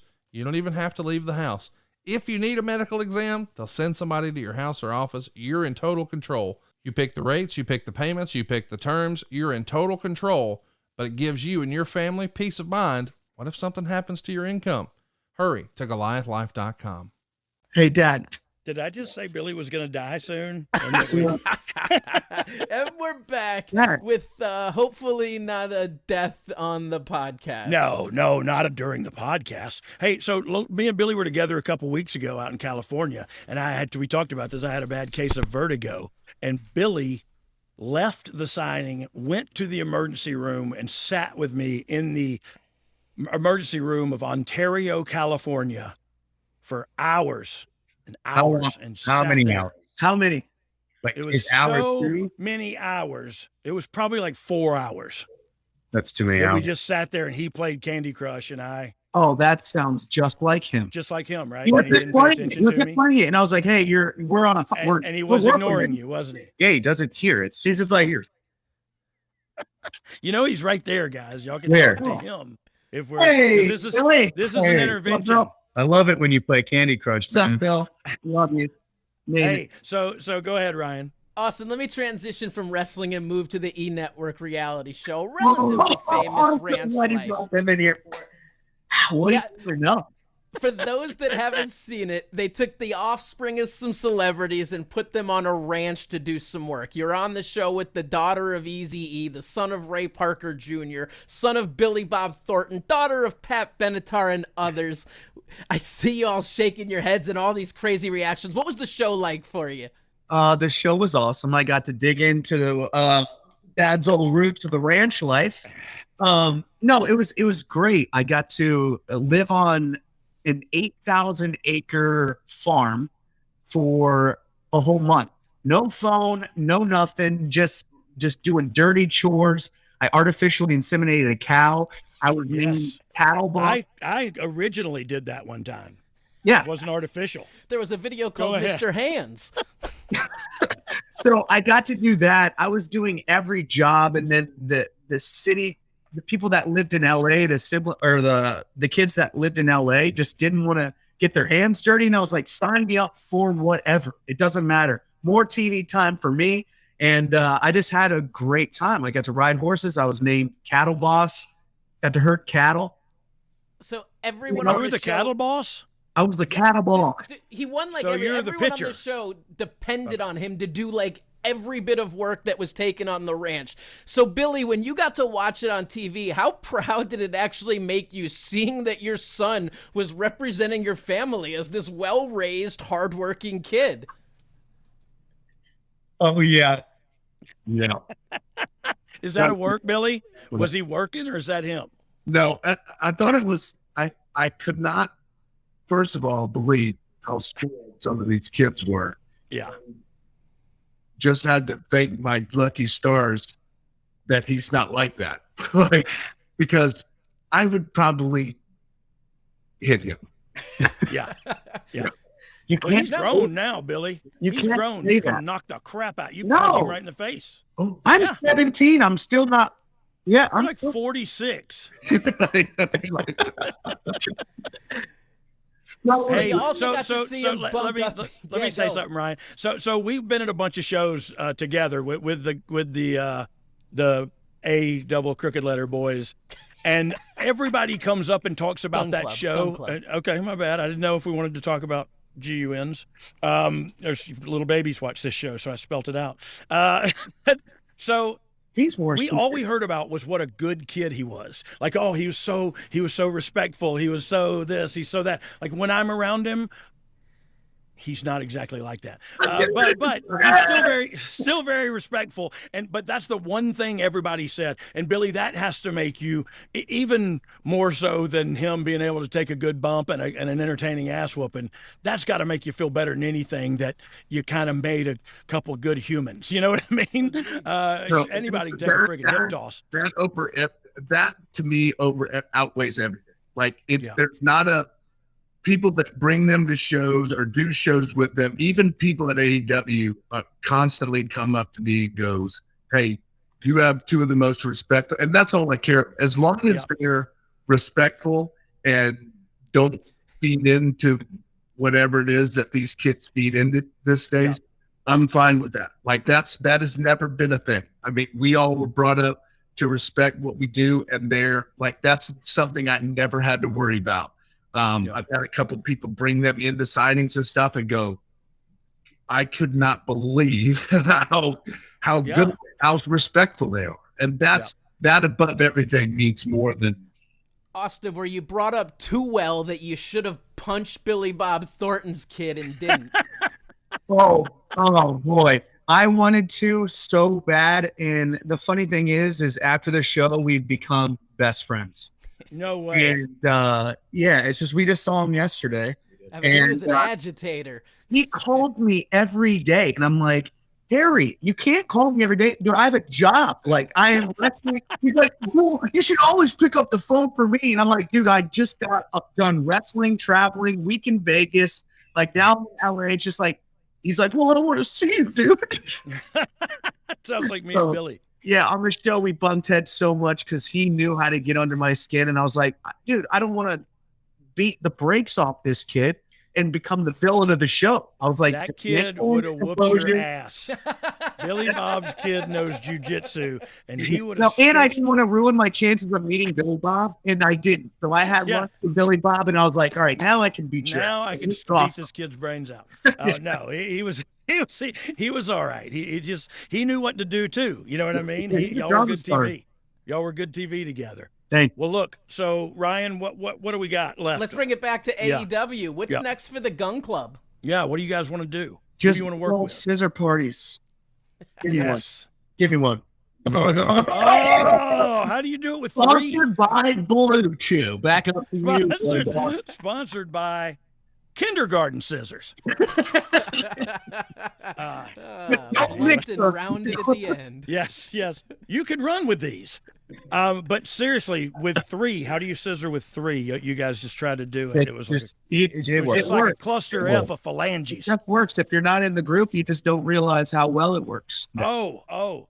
It's That's a on me, well-oiled dog. scissor. I don't mind being the get left out guy. That's Billy's. I've been Billy's partner my whole career. Yeah, you take the heat. I'll hot tag me. Bing, bang, boom. So what else? We got back to AEW. Hey, I heard. So we talked about WCW invasion and all that on this podcast. But I heard that WWE was driving around like with a truck in Las Vegas with Cody's picture on it or something. Did you guys hear any of that, or is that wrestling fan making stuff up? I did not hear one thing. I didn't hear one thing about that. Okay. Wasn't made Okay. up. There was pictures. I saw the pictures of Oh, the really? truck, But I they just didn't doing come some from our advertising and town, did they? promotion. No. You know what But it just makes me think like, It's like what's the going on Vegas here? pictures that leaked about my Vegas trip. It's like the same thing with Cody. It's just a bunch of Photoshop. Okay. Yeah. I know yours was photoshopped because I've seen you in the shower. Hey, let's get back to why you wear the helmet. And so, Ryan. Yeah, I'll come back to Trek. I got a Take question us- for Billy. take Let's us. talk about your supplement line, man. Oh, yeah. Like, Great you question. landed a supplement line. You're a grown man. Hold it up adult, closer. of a good age, and yet in the best shape of your life, that you're repping BPI and the Gunn Powder. Talk to us about that. Yes. So BPI, like Mike, introduced me to Who's Mike? Michael Earn. Thank you. Yeah, I'm at his house right now. Hey, Mike. Yeah, no, I knew who he was. I just Thank didn't you, know. Mike. He's Thank doing you. Viewers he's doing knew. cardio right now. He Bodybuilder, American Gladiator. like Yeah. as much as it pains me, but he has helped me stay where I am today. But you're working out and stuff. But he introduced me to the BPI guys. I started talking to them. They mentioned, if you're in this line of work and you love doing what you do, if you can have a supplement, yeah, you're doing something. Yeah. So they approached me about maybe doing a pre-workout. We did it. We got it all done, and it's amazing. It's really really cool. Ryan. So look, again, we hear a lot of feedback from these cons and stuff. Everybody's loving it. Everybody has come up to him and putting it over. I snorted a couple lines of it. It didn't do much for me. I did not feel like I should work out. I felt like I should lay down. You know what I mean? So some things affect people differently. I don't know how it works really. But also I wonder is there any way we could try some of that and maybe, I don't know, get a free t-shirt, or is that not a thing going on anymore? They're asking a lot. Just handouts over here. No, I don't want the shirt. I'm not going to wear that. It's tight in all the wrong places. I'm saying where the give away people to the could sign listeners. on and get some gunpowder. And Where do you maybe get a it? free t-shirt. BDIsports.com. You type in the code Billy15, 15% off your order, and they'll ship it anywhere and everywhere. Like they're almost out of it, so we've got to redo it because Cool. it's That's like what. That's like what. Look at Look that. at It's that. rolling across the And bottom of the that's screen right there. BPIsports.com, the code Billy15, or now or forever lose your pump. Forever hold your peace. And speaking of getting amped up, Speaking of holding my pumped peace, up and ready for action. I'm gonna need 2 hands for this bad boy. Yeah, because we've got something else that can help, but this time not in the gym, in the bedroom. So let's just get it on with everybody in Everybody, here. 'Cause it's chime in. Blue Chew It's time. Blue Chew time. Blue Chew is a unique online service that delivers the same active ingredients as Viagra and Cialis, but in chewable tablets and at a fraction of the cost. fast. You can take them anytime, day or night, so you can plan ahead or be ready whenever an opportunity arises. The process is simple. Sign up at BlueChew.com. Consult with one of their licensed medical providers, and once you're approved, you'll receive your prescription within days. And here's the best part. It's all done online, so no visits to the doctor's office, no awkward conversations, and no waiting in line at the pharmacy. Blue Chew's tablets are made in the USA, like that flag back there, and prepared and shipped direct to your door in a discreet package. It's time to get off the couch, bring it and swing it. If your tool needs an upgrade, head to BlueChew.com. So if you could benefit from extra confidence when it's time to perform, Blue Chew can help. And we've got a special deal for our listeners. Try Blue Chew free when you use our promo code DOGG at checkout. Just pay $5 shipping. That's BlueChew.com, promo code DOGG to receive your first month free. Visit BlueChew.com for more details and important safety information. And we thank Blue Chew and the Gun Club for sponsoring this podcast. Yeah! That was incredible. Dude, that was incredible. Sometimes that was a commercial. Feeling it right there. That Except felt my good, dad right? didn't move in it. No, but he was that. Somebody's got to stand behind you like this. You know what I mean? So they know if you're not looking serious, somebody's with you is serious. Yes. And will take a bite out of your cheek. That was the best part. Anyway, That was intense. that was Blue Chew right there. I think as we come back, Billy, what's left on the bucket list for you? You've done it all. You're now doing it with your children. What's left for you? To hit the golf course every day. That would be nice. I would like Everybody asks me now, like, hey, how's it being retired? I'm like, I'm not retired. I got fired. I could still be employed, just nobody will friggin' hire me. But he wants to play golf. Look, I get it. I want Get it. to, We all do our own thing. like I everything. just is watched Happy Gilmore. As soon as they get kicked off a little bit more, I'm good. Yeah, and they're good. What about They're good to go right now. You're just gonna fade into the scenery behind what them. about Yeah, trio belts. Young Bucks could have? Say that again. Trio belts. Oh, is there trios belts? They're coming, maybe. I don't know, but if there Is it Freebird rules? Anybody, just 3 guys? All Yeah, 3 yeah. would be competing in the match. That's crazy. I guess I don't know. Who There knows? was 2 trios matches on Double or Oh, Nothing. yeah, It yeah. seems like it's setting something up. If you think Leroy tells us crucial information, the Gun Club. Hey, no. You're hey, wrong. but that's, you know what the truth is? That's why me and Billy talk about, like, that day we went to, invade WCW. I had no idea that was happening. He had no idea. We showed up to work and we were like, hey, we're going over here. And so that's just that's the nature of the beast. You know what I mean? It does get frustrating being fed crap and kept in the dark like a mushroom. But sometimes now that I'm older, I go, yeah, don't tell me. I don't need to know that. I don't need to know. Just tell me what to do and I'll do it. Absolutely. Billy Gunn, boys, you got any other pertinent questions, Ryan? I think I've just had fun listening to you guys chat I away and have staying in too, the man. background. I have to. I want to say to you guys, thank y'all for. Look, I know this is y'all's day off. I know. Hey, They're Titan and Mona. Baby White and Mona. look at the guns on Mona. Yeah. She might be a member of the Gun Club. Yeah, I'm gonna keep my arms under this video. Yes, yeah. I keep mine like this too. I do it from the shoulders up so you can't see my gut. Floating heads. Yeah, you can't see my gut. That there's a large coat resting on top of it. With a straw, I just bring up. But look, you guys are busy as crap. You're literally, like you said, you're in between pay-per-views and TVs, and you're traveling and you're doing everything. And so to come on here with us. We threw it together at the last minute. I do feel like we covered some great stuff. I'd love to have you guys back on again, and we'll kind of go back through and see if we missed anything. But thank you guys so much for being on here. Billy, I've told you before, and I'll tell you again, I love you to the moon. I love you. I always have, and I always will. So proud of your boys. I know you are too, but I am, you know what I mean? Just to see them coming up and to see you get to experience that stuff with them is really cool to me. So thank y'all for coming on here, and just any last thoughts before we sign off. No, we've had a hell of a journey, and it's been awesome, and I wouldn't change none of it.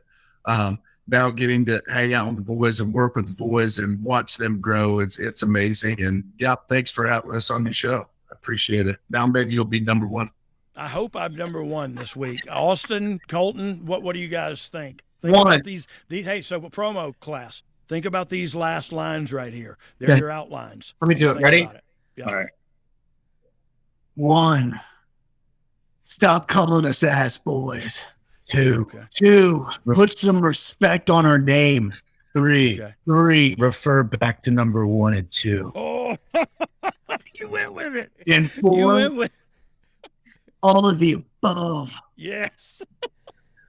All So right. that literally is a reference from Barney Fife on Andy Griffith. Came in, he was walking people through the jail that they had there, the one cell, and he said, "Here at the Rock, there are 2 basic rules. Rule number 1, obey all rules. Rule number 2, see rule number 1." And so Ryan, what are you doing, Jen? Ryan, Jen? that was, dude, that was I think I just got great electrocuted. closure, and you just messed it all up. Remember, hey, I see you. All Do this the cool Barney stuff they Fife just bit again. I can see you. Bit again. No, it's fine. We got the Barney Fife bit out. So yeah, go ahead, guys. So anything else other than the promo, which I love, by the way. I would just say thank you guys very much for having us on, and the whole family. Yeah. Yeah, You thank got you it. so much. Means a lot. Yeah, I hope to see you guys again soon, and I'm sure. Are you guys in Jacksonville? We'll see you soon. Okay, we will see you. We will see you soon, Jacksonville. Gunn Club, Billy, Austin, Colton, AEW fame. Thank you guys so much. Y'all have a great rest of your day. Go eat some food that I'll never eat, and then go to that place I'll never go, the gym.